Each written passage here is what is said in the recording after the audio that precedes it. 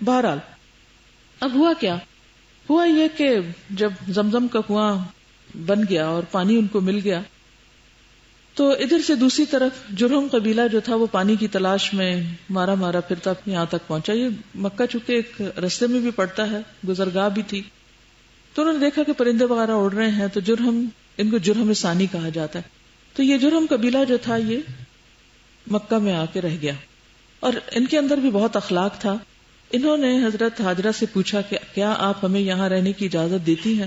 اور ہم پانی کی تلاش میں اتنا پھرے ہیں, ہمیں کہیں پانی نہیں ملا, لیکن آپ کے پاس پانی ہے, آپ چاہیں تو ہمیں آپ اجرت پہ پانی دے سکتی ہیں, you can sell this water, اور ہم آپ کو اس کا معاوضہ دیں گے. اور یوں اللہ نے اس عورت کے لیے اس تنہائی میں رزق کا بندوبست کر دیا. وَمِن تَحْتِ أَرْجُلِكُمْ, اگر تم اللہ کی حدود کی پابندی کرو تو اللہ تمہیں تمہارے پاؤں کے نیچے سے بھی رزق نکال کے دے گا, آسمان سے بھی برسے گا, زمین بھی اگلے گی رزق. یہ زمین سے حضرت ہاجرہ کا رزق اگلا تھا. انہوں نے کہا ٹھیک ہے, مجھے چاہیے معاوضہ. بات طے ہو گئی, جرہم وہاں رہنے لگ گئے, کمپنی میں مل گئی. اور جرہم جو تھے یمن کے بہت کلچرڈ, وہاں کی رولنگ کلاس تھی ایک طرح سے, جو لوگ یہاں آئے تھے ان کے بھی اندر اچھے اخلاق و آداب تھے. ان کی نیبرہڈ میں بھی اسماعیل علیہ السلام نے کچھ اور سکل سیکھے, تیر اندازی وغیرہ اور مختلف چیزیں. پھر وہیں پر اسماعیل علیہ السلام کی شادی ہوئی. اسماعیل علیہ السلام کی عمر 137 سال تھی, اس کے بعد فوت ہوئے تھے, 137 ایئرز. ان کے 12 بیٹے ہوئے تھے. ان کے بیٹوں میں سے صرف 2 بیٹے جو تھے انہوں نے کچھ قابل ذکر کردار ادا کیا, لیکن اس طرح کا نہیں کہ جس طرح اسحاق علیہ السلام کے بعد یعقوب علیہ السلام, اور یعقوب علیہ السلام کے آگے 12 بیٹے, اور ان میں سے یوسف علیہ السلام, اور پھر وہاں سے آگے کی نسلوں میں موسیٰ علیہ السلام, ہارون علیہ السلام, اور سینکڑوں پیغمبر آئے تھے. اس طرح کا سلسلہ نہیں ہوا, لیکن کسی نہ کسی درجے میں یہ اپنا کردار ادا کرتے رہے. مگر لیڈرشپ کا رول جرہم قبیلے کا تھا. یعنی آپ کے جو سسرالی قبیلہ تھا جرہم, جس میں حضرت اسماعیل نے شادی کی تھی, انہوں نے تقریباً 2100 سال تک مکہ میں اپنی حکومت قائم رکھی. آئے باہر سے تھے لیکن وہاں آ کر انہوں نے حکومت کی, کیونکہ اسماعیل علیہ السلام کے بیٹے گمنامی میں چلے گئے سوائے 2 کے, نابت اور قیدار, لیکن انہوں نے بھی حکومت سے کوئی خاص واسطہ نہیں رکھا. جب تک اسماعیل علیہ السلام زندہ رہے, ابراہیم علیہ السلام 4 بار یہاں پر آئے.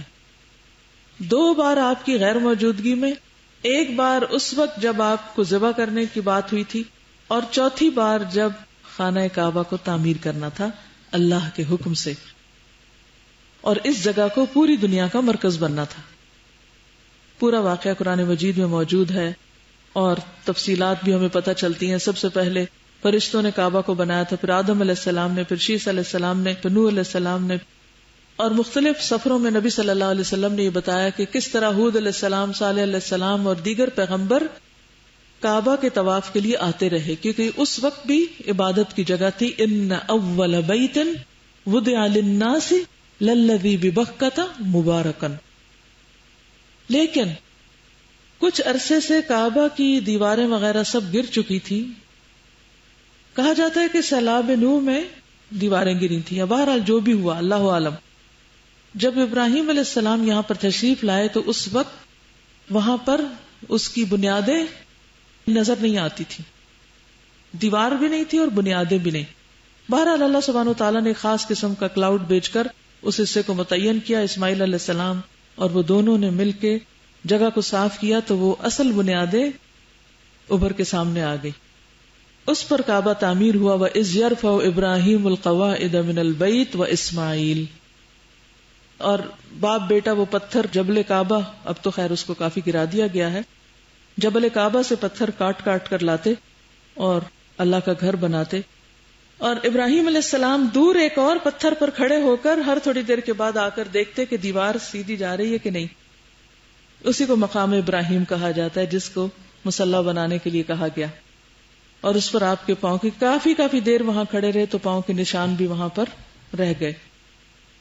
اللہ سبحانہ وتعالیٰ نے حکم دیا, جب کعبہ بن گیا کہ تم یہاں پر اب لوگوں کو حج کے لیے بلاؤ. تو ابراہیم علیہ السلام نے کہا کہ میری آواز کہاں تک جائے گی.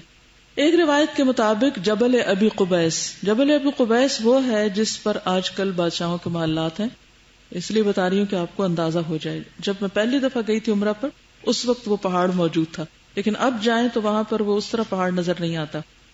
یہ دنیا کا سب سے پہلا پہاڑ ہے جو زمین پر ابھرا یا رکھا گیا. جس طرح اول بیت وضع للناس ہے نا، پہلا گھر یہاں بنا، اسی طرح پہلا پہاڑ بھی یہی تھا، جبل ابی قبیس. اور حضور صلی اللہ علیہ وسلم کے بارے میں آتا ہے نا کہ جب آپ اس پہاڑ کے پاس سے گزرتے تھے تو وہ ایک پتھر تھا جو آپ کو دور جاہلیت میں بھی سلام کرتا تھا. یہ بھی تاریخ میں واقع ملتا ہے. بہرحال ایک اور روایت میں آتا ہے کہ آپ جبل عرفات پہ گئے اور وہاں سے آپ نے سب کو آذان دی، اور وہ آذان ایسی تھی کہ دنیا کے گوشے گوشے میں پہنچی. اور جن روحوں نے لبیک کہا، یعنی صرف زمین پر نہیں بلکہ جہاں روحیں ہیں وہاں تک آواز کی، جس نے لبیک کہا وہ سب اس گھر تک ضرور پہنچیں گے. جب کعبہ تعمیر کیا گیا تو اسی موقع پر دیوار میں ایک جگہ خالی تھی جس کے لیے پتھر مناسب نہیں تھا، تو اللہ تعالیٰ نے جنت سے حجر اسود بھیجا، وہ وہاں پر لگایا گیا. اور اس طرح ابراہیم علیہ السلام مشن مکمل کر کے واپس آ گئے. واپس آنے سے پہلے انہوں نے اللہ سبحانہ وتعالیٰ سے کچھ باتیں کی تھی. وہ کیا تھی سنیے. ابراہیم علیہ السلام نے کن جذبات کا اظہار کیا، کیا چاہا اپنے رب سے؟ سب سے پہلے کیا مانگا؟ امن، پیس. رب اجعل ھذا بلدا آمنا، کیونکہ اگر امن ہوگا تو عبادت ہو سکے گی. دوسری چیز رزق، کھانے کو ہوگا تو ہی خدا یاد رہے گا، کیونکہ فقر جو ہے، بھوک انسان کو کفر تک پہنچا دیتی. اور رزق بھی کون سا مانگا؟ بہترین رزق. کس جگہ رزق مانگ رہے ہیں جہاں کچھ اگتا ہی نہیں، جہاں کوئی باغ نہیں لگے ہوئے. ایسی دعا کون مانگ سکتا ہے؟ جس کو اپنے رب پر پورا پورا یقین ہو کہ سب کچھ وہی کرتا ہے. پھر کہتے ہیں میرے رب، میں نے اپنی اولاد کو ایک ایسی جگہ لا کے بسایا ہے کہ جہاں کچھ نہیں اگتا، لیکن یہاں تیرا گھر ہے، بیتک المحرم، حرمت والا، عزت والا. کیوں بسایا ہے اس گھر کے پاس؟ مسجد کے پاس کیوں لے کے آیا ہوں؟ مسجد کے پاس کیوں گھر لیا ہے؟ مسجد کے ایریے میں کیوں موو ہوئے ہیں؟ لیقیموا الصلاۃ. اب مسلمانوں کا حال کیا ہے کہ گھر خریدتے وقت کہتے ہیں یہاں قریب مسجد تو نہیں نا کوئی، 5 وقت اذانیں آئیں گی اور سارا سکون ڈسٹرب ہو جائے گا. تو اس بات کی بھی حرص ہونی چاہیے کہ جہاں رہیں وہاں مسجد قریب ہو، کیونکہ ماں کے بعد، گھر کے بعد مسجد بچوں کی تربیت کرتی. مرکز چاہیے. مسجد کیا ہے اصل میں؟ عبادت گاہ بھی ہے اور اس کے ساتھ ساتھ مرکز بھی ہے، تربیت گاہ ہے، اسکول ہے، تعلیم کی جگہ ہے. تو سیکنڈری رول کون پلے کرتا ہے؟ ادارہ. پہلا رول گھر میں اور دوسرا رول ادارے میں. ہم کیا چاہتے ہیں؟ پہلا اور دوسرا دونوں ہی ادارے میں ہو. سب کچھ کوئی اور کر دے، اسلامی اسکول کھول دے اور ہم بچوں کو بس وہاں بھیڑ بکریوں کی طرح بند کر دیں اور وہاں سے کچھ نئی چیز بن کے نکل آئے. یہ نہیں ممکن جب تک گھر کے اندر اور گھر میں بھی ماں کے اندر ایمان نہیں ہوگا. بہرحال اس کے بعد اور کیا مانگتے ہیں؟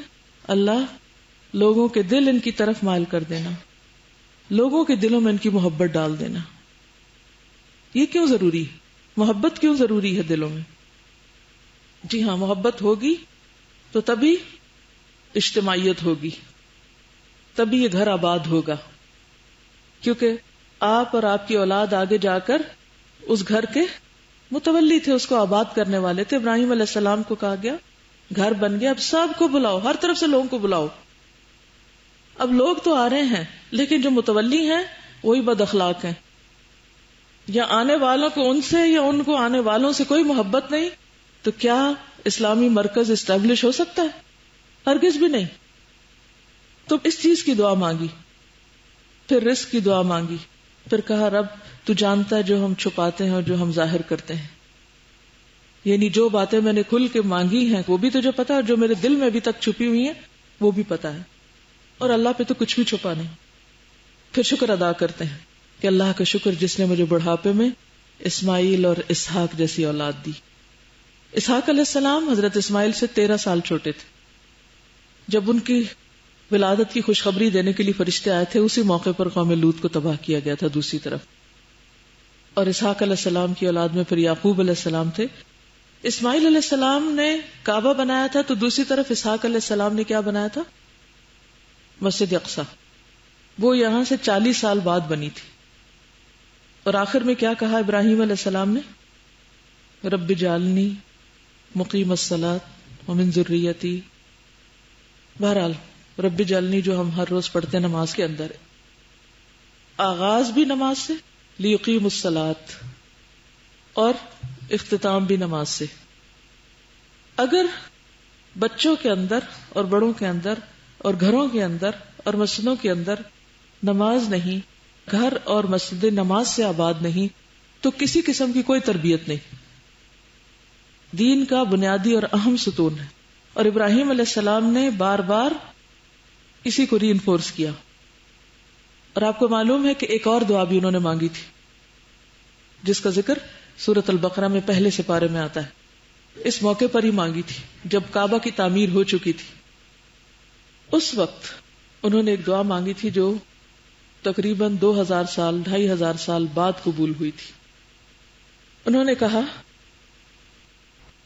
کس کی دعا مانگ رہے ہیں؟ رسول اللہ صلی اللہ علیہ وسلم کے لیے، کہ میں نے جو قربانی کی ہے اور اپنی بیوی بچے کو یہاں لا کے بسایا ہے، تو ان کو رزق دے، امن دے، نماز کی پابندی دے، لیکن ان کے اندر ایک رسول اٹھانا جس پر دین کی تکمیل ہو، جو ان کو تیری آیات پڑھ کے سنائے، ان کو کتاب اور حکمت کی تعلیم دے اور ان کا تزکیہ کرے۔ اتنی بڑی سوچ، ہم تو اس آیت کو بار بار رٹواتے رہتے ہیں کہ ہمیں یہ کام کرنا ہے یہاں پر، اور ابراہیم علیہ السلام تو اس دعا کے موجد ہیں۔ وہاں سے یہ دعا شروع ہوئی ہے، سب سے پہلے انہوں نے مانگی تھی، اور اس سے پہلے جب کعبہ کی تعمیر ہو چکی، وَإِذْ يَرْفَعُ إِبْرَاهِيمُ الْقَوَاعِدَ مِنَ الْبَيْتِ وَإِسْمَاعِيلُ رَبَّنَا تَقَبَّلْ مِنَّا إِنَّكَ أَنْتَ السَّمِيعُ الْعَلِيمُ رَبَّنَا وَاجْعَلْنَا مُسْلِمَيْنِ لَكَ وَمِن ذُرِّيَّتِنَا أُمَّةً مُسْلِمَةً لَكَ۔ کوئی فرقہ واریت نہیں، ہمیں بھی مسلمان بنا اور امت بھی مسلمان ہو۔ وَأَرِنَا مَنَاسِكَنَا وَتُبْ عَلَيْنَا إِنَّكَ أَنْتَ التَّوَّابُ الرَّحِيمُ۔ یہ تھی ان کی دعائیں، اور اس طرح آپ کی دعا کے نتیجے میں حضور اکرم صلی اللہ علیہ وسلم دنیا میں تشریف لائے۔ اب آپ کی تشریف آوری اور ولادت سے پہلے تھوڑا سا بیچ کا جو عرصہ ہے، اس کو مختصر سا میں ٹچ کروں گی تاکہ آپ کو یہ پتہ چلے کہ اسماعیل علیہ السلام کی اولاد نے اگر قیادت نہیں کی تو پھر قریش میں قیادت کہاں سے آئی اور کیسے آئی، اور وہ کب آئی اور کتنا عرصہ آپ کی ولادت سے پہلے آئی۔ تو تاریخ کس طرح موڑ کاٹتی ہے، کیسے کیسے حالات آتے ہیں، اور بظاہر ایسے لگتا ہے کہ وہ مشن ختم ہو گیا۔ ابراہیم علیہ السلام نے دعا مانگی تھی اسماعیل علیہ السلام کے ساتھ مل کے، اسماعیل علیہ السلام فوت ہوتے ہیں، ان کے حالانکہ 12 بچے ہیں، لیکن 12 بچوں میں سے کوئی بھی ایسا نہیں تھا کہ جو مکہ کی قیادت کے قابل ہوتا، یا اس قیادت کو آگے لے کے چلتا، یا اس نسل کی رہنمائی کرتا۔ وہاں پر جرہم جو باہر سے آئے تھے وہ قابض ہو گئے، تو بظاہر ایسے نہیں لگتا کہ جیسے وہ مشن، اگر میں اور آپ وہاں کھڑے ہوتے تو ہم تو افسوس ہی اور آہیں ہی بھرتے رہتے۔ کوئی فائدہ ہی نہیں ہاں جی، ذرا سی کسی کام میں کوئی کمی آ جائے، کوئی پیچھے ہو جائے، کچھ ہم کہتے کوئی فائدہ ہی نہیں ہوا، ساری کوشش ضائع۔ کبھی ضائع نہیں ہوتی، اللہ تعالیٰ محسنین کی کوشش کو کبھی ضائع نہیں کرتا۔ اصل چیز ہے اخلاص، اور ابراہیم علیہ السلام کے اندر کوٹ کوٹ کے بھرا ہوا ہے، اور پھر ہے صبر اور قربانی۔ کتنی بڑی قربانی ہے، اتنے عرصے کے بعد اللہ نے اولاد دی اور اس کو اپنے سے دور کر دیا، ایک مشن کی تکمیل کے لیے کہ وہاں پر اس کی تربیت ہو جہاں پر کوئی شرک نہیں، کچھ نہیں، اور خود واپس چلے گئے، اور 13 سال بعد اسحاق علیہ السلام پیدا ہو رہے ہیں۔ اگر ہم جیسا کوئی ہوتا کہتے ہم ادھر ہی رہ لیتے ہیں, کچھ کر لیتے ہیں آگے پیچھے کر کے, کیونکہ ہم دنیا کے لیے جیتے ہیں نا, مقاصد نہیں ہے ہمارے سامنے, بڑی سوچ نہیں ہے, اس کو سامنے رکھ کے قربانی نہیں کرتے, چھوٹے چھوٹے نقصان اور چھوٹے چھوٹے فائدوں کو لے کے بیٹھے رہتے ہیں, چھوٹی باتوں سے نکل ہی نہیں پاتے, کوئی بڑا کام کر ہی نہیں سکتے. اور صبر اور حوصلہ تو ہے ہی نہیں, انتظار تو ہے ہی نہیں, اور اللہ کے فیصلوں پر یقین اور اعتماد نہیں. اب کیا ہوتا ہے, اسماعیل علیہ السلام فوت ہو جاتے ہیں, کچھ عرصے کے بعد حضرت ہاجرہ بھی فوت ہو جاتی ہیں. 2100 سال تک جرہم قبیلہ حکومت کرتا ہے مکہ پر. زمزم بھی اپنے قبضے میں ہے, حاجی آ رہے ہیں, ان کو لک آفٹر کرتے ہیں, اس کی بھی خدمت کرتے ہیں, انتظام سارا ان کے ہاتھ میں چلا گیا. یعنی اسماعیل علیہ السلام کے نانکوں میں, ہماری زبان میں کہنا چاہیے, ٹھیک ہے. تو وہ ہمارے ہاں تو اس کو بڑا برا سمجھا جاتا ہے نا. بہرحال اب یہ ہے کہ جرہم اتنے عرصے تک رہنمائی کا کام کرتا رہا, لیکن آہستہ آہستہ جرہم کے اندر اخلاقی زوال ہوا. انہوں نے حاجیوں کے ساتھ بدسلوکی شروع کر دی, تو اللہ تعالیٰ نے ان سے وہ سعادت لے لی. اور دوسری طرف بنو خزاعہ جو تھے, جو عربوں میں سے تھے, انہوں نے مکہ پہ قبضہ کیا. کچھ لڑائی وغیرہ ہوئی, ساتھ انہوں نے اپنے بنو بکر کو ملا لیا.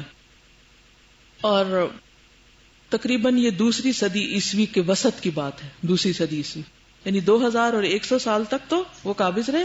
جب 2 صدی شروع ہوئی عیسیٰ علیہ السلام کے آنے کے تقریباً 150 سال بعد, تو اس وقت پھر بنو خزاعہ جہاں پر قابض ہو گئے. جرہم نے ایک بڑی زیادتی کی, یہاں سے واپس یمن چلے گئے, جہاں سے اصلاً آئے تھے وہیں چلے گئے.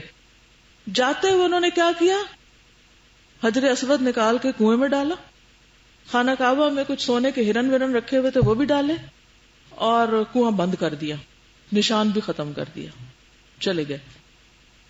اب کئی 100 سال تک زمزم بند رہا, حجر اسود کوئی نہیں, کیا کیفیت ہوگی. اور یہ حضور صلی اللہ علیہ وسلم کی آمد سے کوئی 300-400 سال پہلے کی, یعنی 350 سال پہلے کی بات ہے. بہرحال 300 سال تک تقریباً بنو خزاعہ نے مکہ پر حکومت کی. پھر عدنانی قبائل اطراف میں پھیل گئے, یعنی یہ ادھر ادھر تھوڑے ان کے جو آل اولاد تھی پھیلی, اور مکہ کے ارد گرد صرف قریش کی کچھ شاخیں باقی رہ گئیں.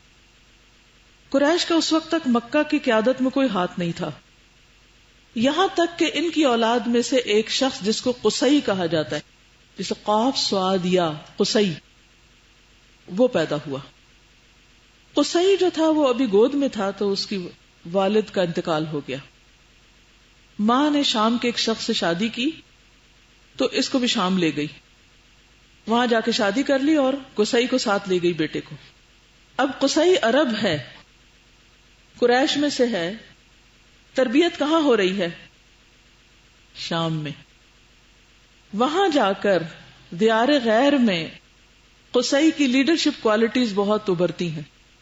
کبھی ایسے حالات ہو جاتے ہیں نا کہ انسان کو ایک ملک چھوڑنا پڑ جاتا ہے, ایک علاقہ چھوڑنا پڑ جاتا ہے, خاندان سے دور ہونا پڑتا ہے, ہاسٹل میں رہنا پڑتا ہے, سسرال ایسی جگہ لے جاتے ہیں کہ جہاں واپس لانے کا نام ہی نہیں لیتے.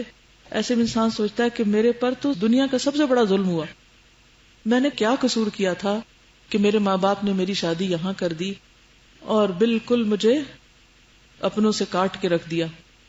ایسے حالات ہوتے ہیں کہ نہیں, کہ آپ سارے خاندان سے کٹ جاتے ہیں. اس وقت کیا سوچنا چاہیے, اس میں ضرور کوئی حکمت ہے, کوئی مصلحت ہے, اللہ تعالیٰ کچھ سکھانا چاہتا ہے. ایسے ہی اللہ تعالیٰ مجھے یہاں نہیں لایا. رو رو کے اپنے آپ کو تباہ نہ کریں, بڑے مقصد کے لیے جئیں, اللہ کی حکمتوں پہ غور کریں, اور ہر حال میں اللہ سے محبت کریں, کیونکہ اللہ کا کوئی فیصلہ ظلم پر مبنی نہیں ہوتا.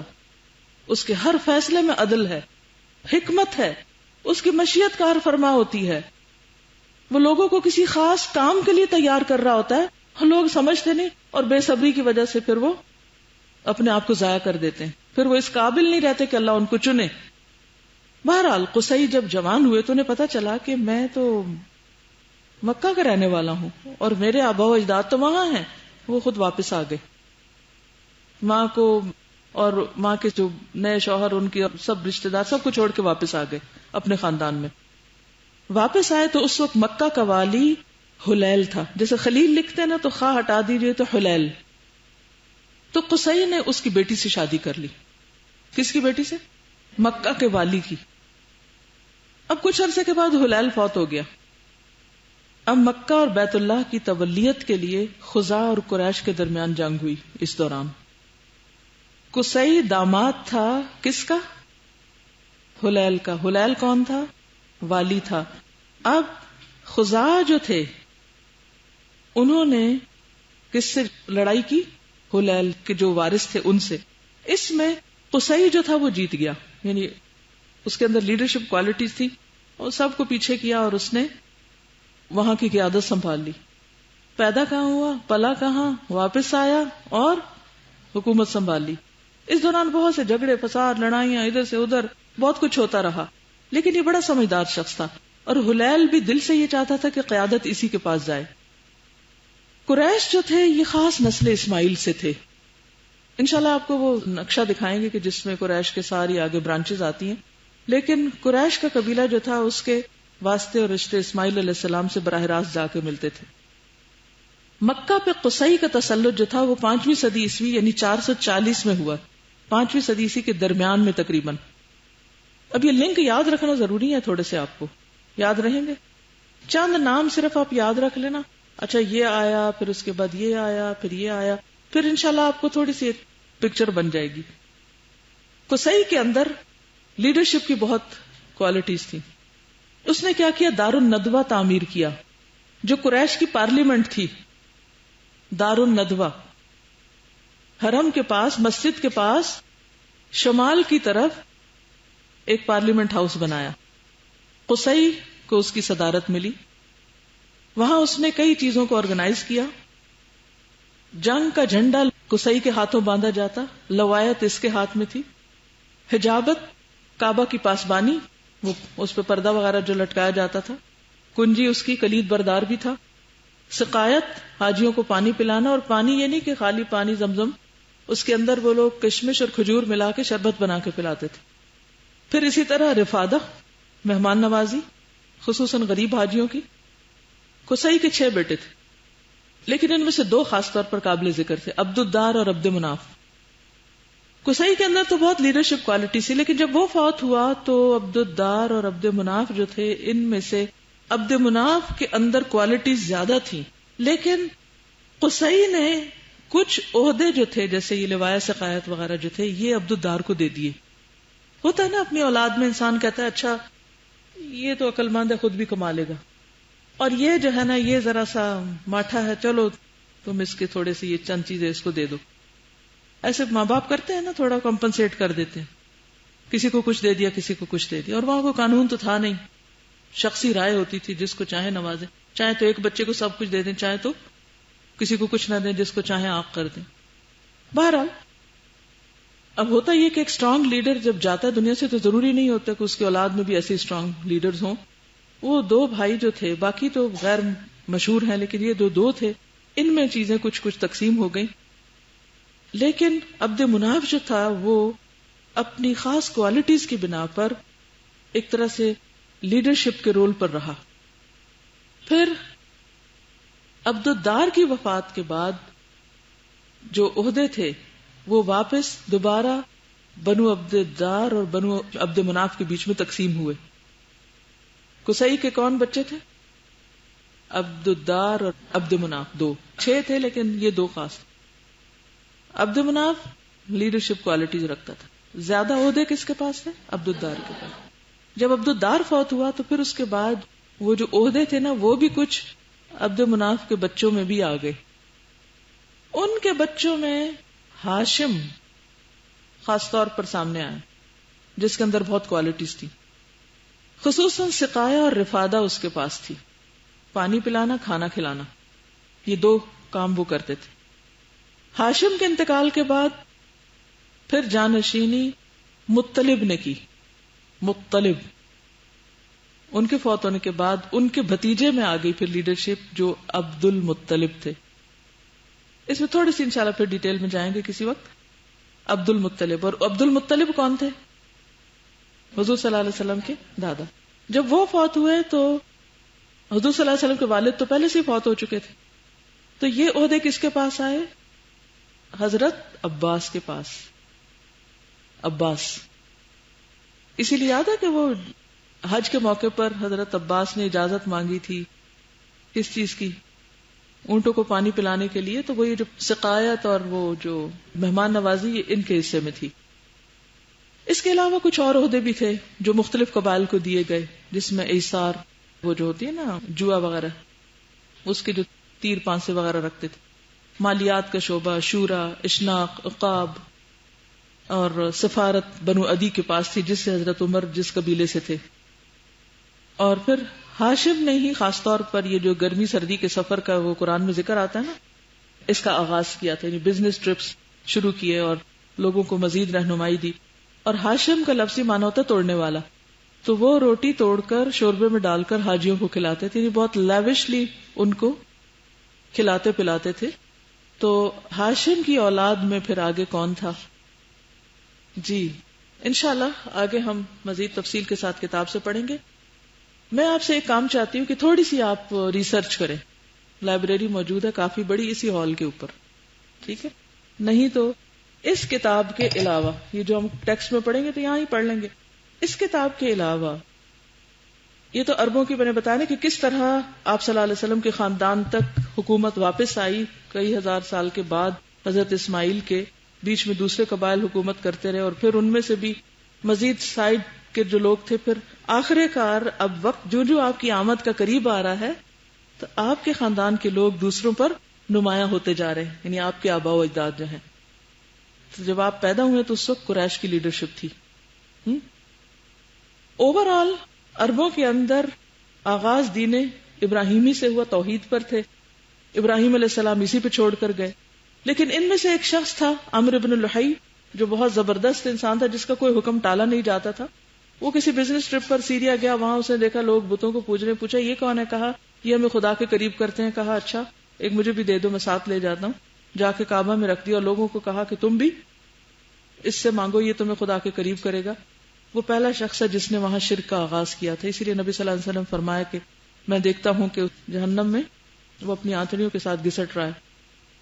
بہرحال تو اس طرح عرب کے اندر ایک طرف شرک تھا. یہود کے اوپر جب ٹیٹس نے 70 میں حملہ کیا تھا تو ان کے قبائل بکھرے تھے. پھر اس کے بعد بھی ایک حملہ ہوا تھا بخت نصر کا، پڑھا ہے نا جیوز کی تاریخ میں. اس حملے میں بھی کئی قبائل ادھر ادھر منتشر ہوئے.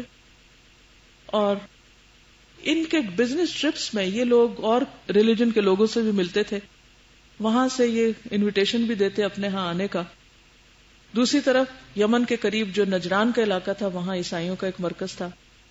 تو عرب کے اندر مشرکین، یہود اور نصارہ موجود تھے اور لوگ جانتے بھی تھے ایک دوسرے کو، ان کے مذاہب کو بھی جانتے تھے. عربوں کے اندر کچھ لوگوں نے دین مسیحیت قبول کر لیا تھا، جیسے ورقہ بن نوفل جو تھے، لکھتے بھی تھے. پھر اسی طرح مجوسی بھی تھے. وہ مجوسی کون ہوتے ہیں؟ جو آگ پرست ہوتے ہیں. ستارہ پرست لوگ بھی تھے. پھر سابی بھی تھے. اس ماحول کے اندر، اتنے سارے مذاہب کے اندر، نبی صلی اللہ علیہ وسلم نے واپس آ کر ابراہیم علیہ السلام کی دعا کی تکمیل کی اور بتوں سے کعبہ کو پاک کیا. آتے ہی پہلے دن اٹھتے ہی کھڑے ہو کر سب ختم. کیا کیا تھا؟ وہی جدوجہد تو دیکھنی ہے. مگر ہم لوگ بے صبری کرتے ہیں کہ دین کے ریوائول کے لیے ہم کیا چاہتے ہیں، آج ایک بات سیکھی کل جا کے تقریر کریں اور پرسوں لوگ ہمارے طریقے پہ چلیں. صبر نہیں کرتے. لیکن نبی صلی اللہ علیہ وسلم کی سٹرگل کتنی لمبی ہے، کیسی ہے، داعین اللہ کن کن مرحلوں سے گزرے، کیسے کیسے کام کیا. انشاءاللہ اس کی رہنمائی بھی ہمیں ساتھ ساتھ ملے گی. لیکن ایک اور پہلو جو عربوں کی زندگی کا تھا وہ تھا ان کے اندر کی اخلاقی خوبیاں اور خامیاں. کچھ قبائل میں خامیاں بھی موجود تھی لیکن اوور آل بہت زیادہ خوبیاں تھیں. ان خوبیوں میں سے چند ایک خوبیاں بہت نمایاں تھیں. ان خوبیوں کے متعلق ایک ایک واقعہ آپ ڈھونڈنے کی کوشش کریں، صرف ایک واقعہ کسی ایک خوبی کے متعلق.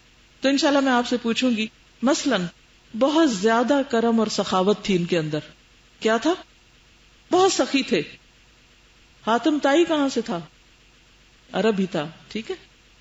وفائے عہد, جان دے دیتے تھے, وعدہ پورا کرتے تھے. خودداری, عزائم کی تکمیل, یعنی جب کوئی ارادہ کر لیتے تو بس ہر صورت اس کو پورا کرتے. سادگی بھی تھی, ذہانت, قوت بدن, بہت مضبوط لوگ تھے, صحرا میں پلے ہوئے تھے. بہادری تھی اور صبر اور برداشت. اس کے علاوہ جنگیں, بچیوں کو زندہ درگور کرنا, کئی کی بیویاں رکھنا, اور کچھ اور خرابیاں بھی تھی. اب آپ سے میری درخواست یہ ہے کہ عربوں کے اندر یہ جن چند خوبیوں کا میں نے ذکر کیا ہے, اس سے متعلق ایک ایک واقعہ ڈھونڈ لیجئے. اس کا فائدہ کیا ہوگا کہ آپ کوئی نہ کوئی اور سیرت کی کتاب اٹھائیں گے, آپ کو پتا چلے گا کہ وہ کیا کیا لکھتے ہیں, اور ہمیں خود بھی ذرا پڑھنے کا موقع ملے گا ایک ایک واقعہ ان خوبیوں سے متعلق. ٹھیک ہے. اس سے آپ کو پتا چلے گا کہ کن لوگوں میں حضور صلی اللہ علیہ وسلم پیدا ہوئے تھے, کہاں تشریف لائے تھے, وہ کس اخلاق کے تھے, کیونکہ پورا ولیج ایک بچے کی تربیت کرتا ہے. ٹھیک ہے. آپ نے کہاں آنکھ کھولی تھی, کیا ماحول تھا, وہ کون لوگ تھے, وہ کیسے تھے, ان کے اخلاق اور کردار کیا تھے, اور اللہ سبحانہ وتعالی نے آپ کو کس قبیلے کے, کس خاندان کی کس شاخ میں پیدا کیا. ٹھیک ہے. نقشہ دیکھ لیجئے, یہ آپ دیکھ رہے ہیں, یہ مختلف جو حکومتیں ہیں ان کا ذکر ہے اس علاقے سے متعلق, یعنی کہ جس جگہ پر نبی صلی اللہ علیہ وسلم پیدا ہوں اس کے آس پاس کے جو علاقے ہیں کہ وہاں پر کیا کیا ہوتا تھا. جی, ہتی امپائر, یہ 5000 سال کی تاریخ ہے. یہ پہلے اسرائیلی ریاست تھی اس وقت جب حضرت ابراہیم علیہ السلام جب وہاں پر گئے تھے, اس وقت فلسطین کا وہ علاقہ. اشورین, یہ نام سب آپ سنتے ہیں. یہ پرپل جو ہے نا, یہ فلسطین کا علاقہ ہے, اور پھر اس کے بعد بیبلونین, ایک کے بعد ایک تہذیب آتی اور جاتی رہی. اشورین کے بعد بیبلونینز آئے, پھر پرشین امپائر, اس طرح. یہ بیچ میں عرب پیننسیولا, یہ آپ دیکھ رہے ہیں پانی کے بیچ میں. جی, میسیڈونین, رومن امپائر, بیزنطینین, ساسانی, پھر یہ خلیفیٹ ہے, مسلمانوں کی خلافت, سلجوک, کروسیڈرز, صلاح الدین ایوبی, منگولز, ہلاکو خان جہاں سے تھا, آٹومن, ترکوں کی یورپین کلونیلزم, اور اسی کے نتیجے میں یہ پیدا ہوئی. اور پروگرام کیا ہے, اور دیکھیں کس طرح پھیلتی جا رہی ہے. اور یہ مختلف ملکوں کو کلونیلزم سے جو آزادی ملی مختلف سالوں میں.